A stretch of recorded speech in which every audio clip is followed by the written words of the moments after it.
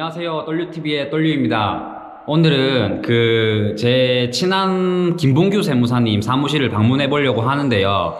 이름은 열림세무회계사무소입니다. 기수는 55기고, 봉규도 세무사 수습을 해서 그 부분에 대해서 좀 오늘 이야기를 나누어 보려고 합니다.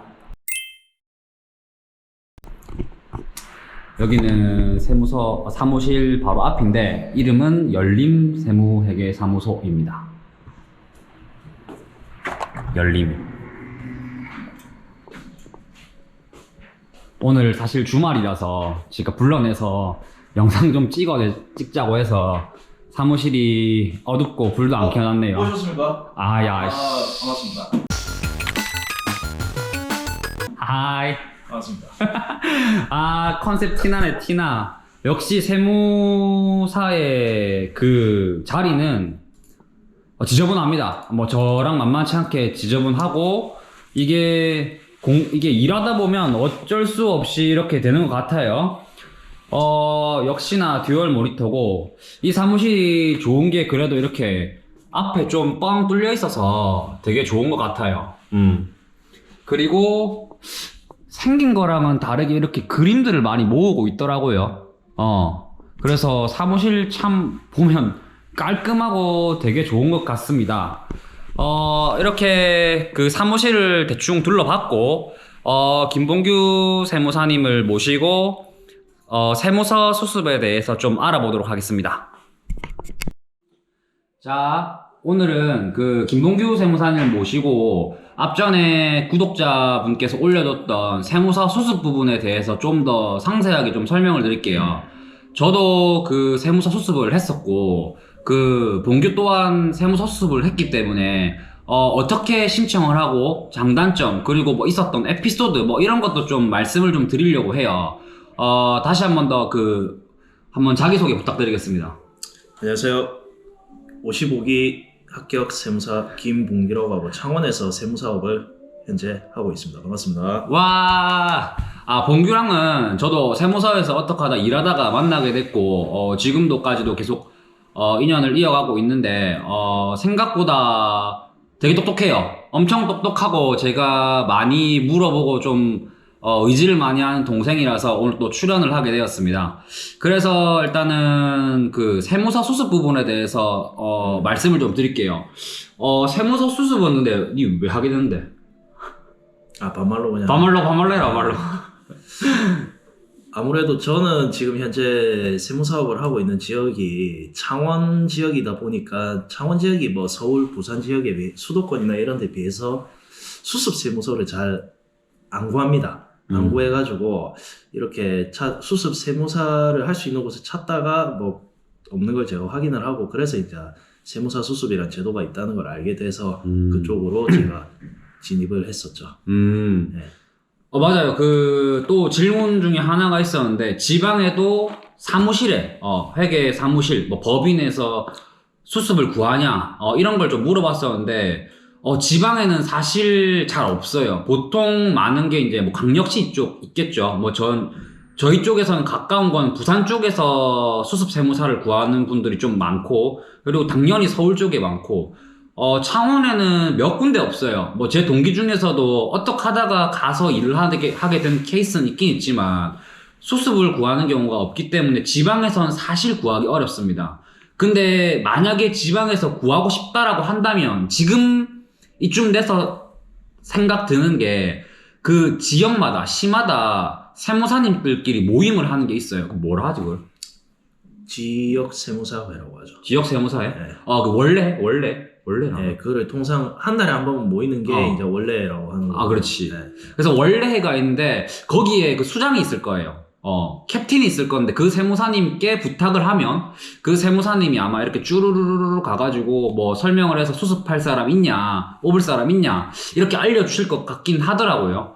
그래서 그거를 좀 참고를 해보시는 게 좋을 것 같아요. 아마 어떻게 발품을 좀 팔아서 알아보시는 게 아마 제가 봤을 때 좋을 것 같고, 또 저 같은 경우에는 사실 봉규랑은 다르게 솔직히 세무사 수습이라는 것도 몰랐었고, 사무실 가서 수습해야 되는 것도 아무것도 모르는 상태에서 합격을 했고, 이상재 세무사라고 그 저보다 한 기수 위에 있는 선배가 뭐 어떻게 하다가 뭐 이런 게 있으니까 본인도 했으니까 좋다 가봐라 뭐 이렇게 해서 저는 가게 됐거든요.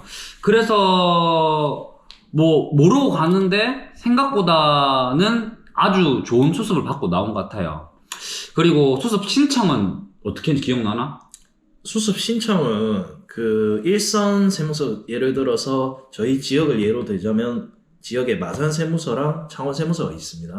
여기 마산 세무서, 창원 세무서에 직접 신청하는 게 아니라 한국 세무사회 우리 합격하고 나서 단체 그 집체 교육이라 하죠. 한 달 동안 서울에서 교육받는 거 그쪽에서 이제 한국 세무사회에다가 신청을 하면 됩니다. 근데 제가 알기로 한 세무서당 수습 세무사가 3명까지 가능한 걸로 알고 있거든요. 아, 네. 원래 저 때 아마 2명이었을 건데, 저 때부터 3명으로 바뀌었을 거예요. 원래 2명이었는데, 이제 3명으로 돼서, 3명만 올 수 있고, 니 때는 그런 거 없었나? 막, 이렇게 특히 창원이야 이런 데 상관없는데, 부산 같은 경우에는 예를 들었고, 한 세무서에, 우르르 또 3명 이상 간다 해가지고. 예, 그렇죠. 아무래도 3명 이상 가면 요거를 어떻게 나눌 거냐, 뭐 성적 순으로 잘라낼 거냐, 아닙니다. 가위가위보로 합니다. 맞아요. 저도. 가위바위보 아니면 쟤도. 제비 뽑기로 수습처를 이제 잘라내죠. 3명 초과되는 인원들은. 그렇지. 맞아. 나도 우리 동기들, 형님들, 네. 4명이 있었는데 가위바위보 해가지고 형님 한 명이 딴 데로 갔거든.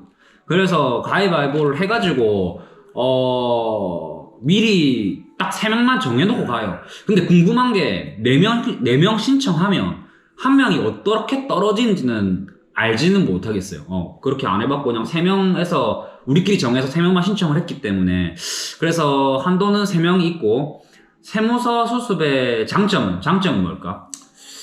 장점은 많습니다. 근데 제가 뭐 사무실 수습을 그러니까 소위 말하는 세무법인 회계사무실 수습 출신이 아니라서 제가 뭐 회계사무실과 세무법인 수습하고 세무서 수습을 비교를 하진 못하지만 세무서만의 장점이라 하면 아무래도 사람 상대를 많이 할 수 있는 거겠죠. 사무실에 앉아 있으면 보통 컴퓨터로 업무하고 통화로 전화하거나 아니면 미팅이 있을 때 사람을 만나는데 세무서 수습을 하게 되면 세무서에 방문하는 민원들이나 아니면 세무서 안에 있는 세무 공무원들하고 이래 많은 교류나 대화를 할 수가 있으니까 그런 데서 장점이 많은 것 같습니다. 개인적으로는. 맞아요. 저도 많은 민원을 만났어요. 악성 민원도 만났었고 정말 좋으신 민원도 있었고 여러 가지 에피소드가 있었어요. 뭐 저 같은 경우에는 도와준다고 아주 바쁜 상황에서 도와준다고 손을 내밀었는데 자기가 그냥 기분이 나쁜 상황에서 와서 저한테 시비를 걸고 실질적으로 서장실까지 찾아가는 경우가 있었었거든요. 그래서 막 질타를 하면서 왜 네가 뭔가를 잘못했냐 했는데 다행히도 좀 감동이었던 게 제가 도와드리고 있던 다른 분이 해명을 해줬어요. 아니다. 이분은 잘 도와드렸는데 그분이 오자마자 이분한테 시비를 걸었고 내가 봤다. 이분 잘못한 게 없었다. 하니 또 뭐 주위 분들이 또 그렇냐 몰랐었다. 미안하다. 그렇게 또 넘어간 케이스도 있었고요. 그리고 세무사에서 또 해프닝 없었었나요? 해프닝이라고 하면 보통 민원인들과의 해프닝이 가장 많고요. 이게 어쩔 수가 없는 게 저희가 세무서 수습을 하게 되면 뭐 세무서 안에 저희 자리를 따로 만들어줘서 뭐 컴퓨터를 제공한다거나 이렇게 할 수가 없어요. 어차피 세무 공무원들은 자기 소위 말하는 우리 국세 통합 전산망이라는 그거를 통해서 업무를 보기 때문에 그거를 저희가 업무를 하지 못하고 실질적으로 세무서 수습을 하게 되면 대부분이 민원인 상대 그러고 잉여 시간이 생각보다 많습니다. 많은데 그러면 이제 특이한 케이스 같은 경우에는 보통 민원인 상대하면서 발생을 많이 하죠. 뭐 제가 뭐 사소한 거 하나 이렇게 도움을 드려도 엄청 고맙다고 나중에 뭐 빵이나 커피 자그마한 다각거리를 또 주시는 분도 있는 반면에 또 뭐 본인이 마음에 안 드신다고 굉장히 많이 뭐라 하시고 담당 공무원 관할이 누구냐 뭐 담당이 누구냐 이거부터 해서 따지고 드는 분도 있는데 그런 평탄하게 지냈던 것 같습니다. 저는.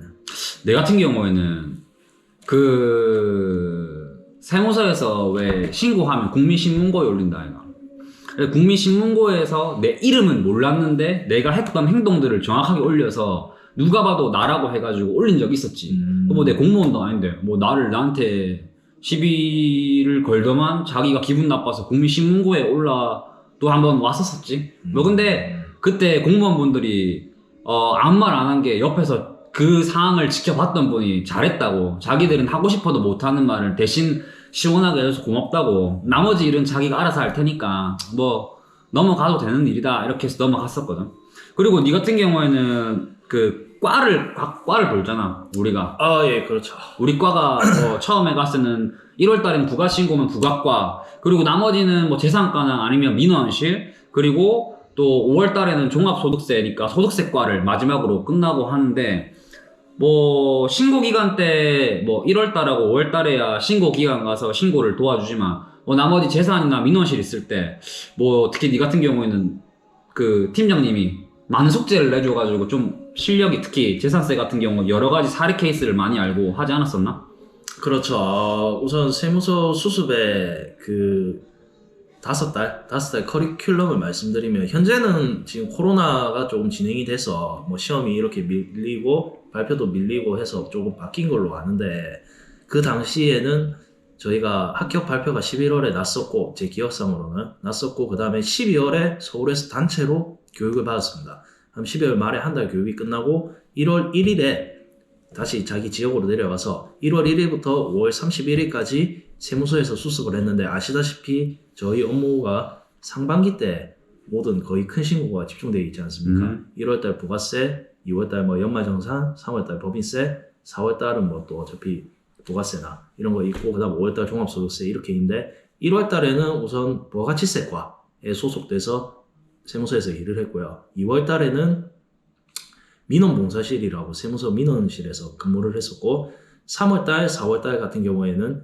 재산세제과에서 근무를 했습니다. 5월달에는 소득세과에서 근무를 했고, 근데 요 3, 4월 재산세제과에서 근무를 하면서 그 재산세 담당 팀장님이 또 우연치 않게 저를 되게 좋게 봐주셔가지고, 저한테 뭐 재산 관련 숙제라든가 이런 요즘에 재산 관련 이슈가 있는, 양도세 관련해서 이슈가 있는 걸 숙제를 내주시면 제가 막 그거를 짬을 내서 공부를 해가지고 그 팀장님한테 가서 검사 맡고 배우기도 하고, 그러니까 제가 그 재산 팀에 있으면서 굉장히 그쪽 업무를 많이 배웠던 것 같습니다. 제 기억에는. 실무적으로 어떻게 하는지. 어차피 저희가 합격할 때는 공부만 하고, 그러고 합격 공부, 우리 수험 시절에는 양도세 공부를 깊이 있게 안 하거든요. 근데 실무상으로 나오면 양도세를 조금 깊이 있게 봐야 되니까, 그때 세무서 수습하던 시절 재산세과에 2달이 있던 게 실무 나왔을 때, 개업했을 때 상당히 도움이 많이 됐던 것 같습니다. 네.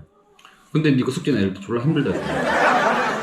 솔직히 힘들었죠. 뭐 제가 그 당시 뭐 말만 세무사지, 양도세 쪽에는 뭐 세율 알고, 그렇지. 양도세 기본공제 250만 원 빠지는 거 알고, 맞지. 장기보유 특별공제 30% 빠지는 거 아는, 딱 그 정도 수준의 그거였으니 거의 그냥 완전 A부터 처음부터 시작한다고 생각을 하고 했으니 조금 많이 힘들었죠. 근데 그게 굉장히 많은 도움이 됐고 뿌리가 됐던 것 같습니다. 지금 업무를 하는데 있어서. 무튼 세무사 수습의 장점이 상당히 많은 것 같습니다. 저는 강추하는 게, 조금 내가 내성적이다 하시는 분들은 가시는 게 좋을 것 같아요. 왜냐하면 억지로 사람을 만나다 보면 나중에 개업을 했을 때 그게 되게 도움이 많이 된다고 생각이 되거든요. 그래서 세무사 수습도 나쁘지 않은 것 같습니다. 그리고 일단은 세무사 수습은 여기서 또 일단은 궁금증은 많이 해결된 것 같으니 김봉규 세무사님에 대해서 좀 알아보도록 할게요. 저보다는 부기수 낮은 55기 세무사고, 공부는 왜 하게 됐나요? 이거를 솔직히 말씀드려도 되려나? 난 알고 있지. 나는 옛날에 봉규한테 들은 게 있는데 그거를 말해줄지 안 해줄지 일단 한번 말씀해 보시죠. 솔직하게 말씀드리면 저희 부친이 아버지가 이쪽 같은 일을 하고 있는데, 뭐 사무실은 완전히 별개로 각자 하고 있고요. 뭐 사업자나 이런 거는. 근데 저는 어릴 때부터 막 그렇게 공부에 흥미가 있는 타입은 아니었습니다. 그렇다고 막 노는 걸 좋아하는 타입도 아니었고, 그저 그런 학생이었는데, 고등학교 때 한번 학교를 중간에 잠깐 나와서 집을 방문한 적이 있었는데 그 집에 아버지가 계시더라고요. 출근을 안 하시냐고 물어보니 그냥 오늘 일이 없어서 쉰다. 제가 그 솔직한 말로 그 얘기를 듣고 저 직업은 내가 쉴 때 쉬고 싶을 때 쉴 수 있구나.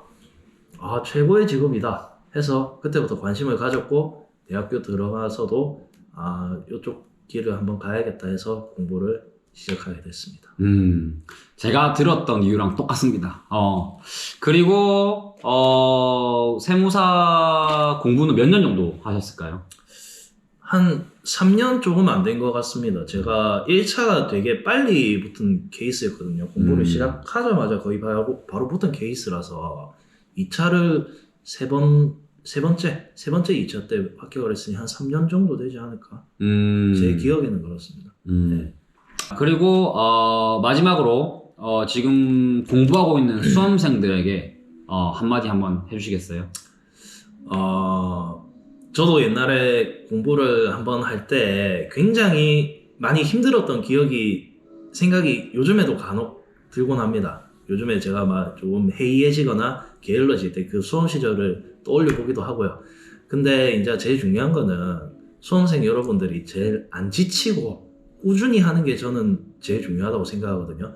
그러니까 다들 남은 시험 기간 화이팅 하시고 정리 잘 하셔가지고 본인의 것으로 만드셔가지고 좋은 결과 다들 있으셨으면 좋겠습니다. 감사합니다.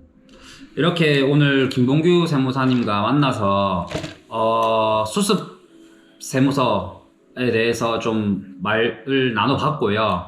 또 다음번에는 또 다른 영상으로 또 찾아오도록 하겠습니다. 지금까지 봐주셔서 감사하고 다음 영상에서 뵙겠습니다. 감사합니다. 네.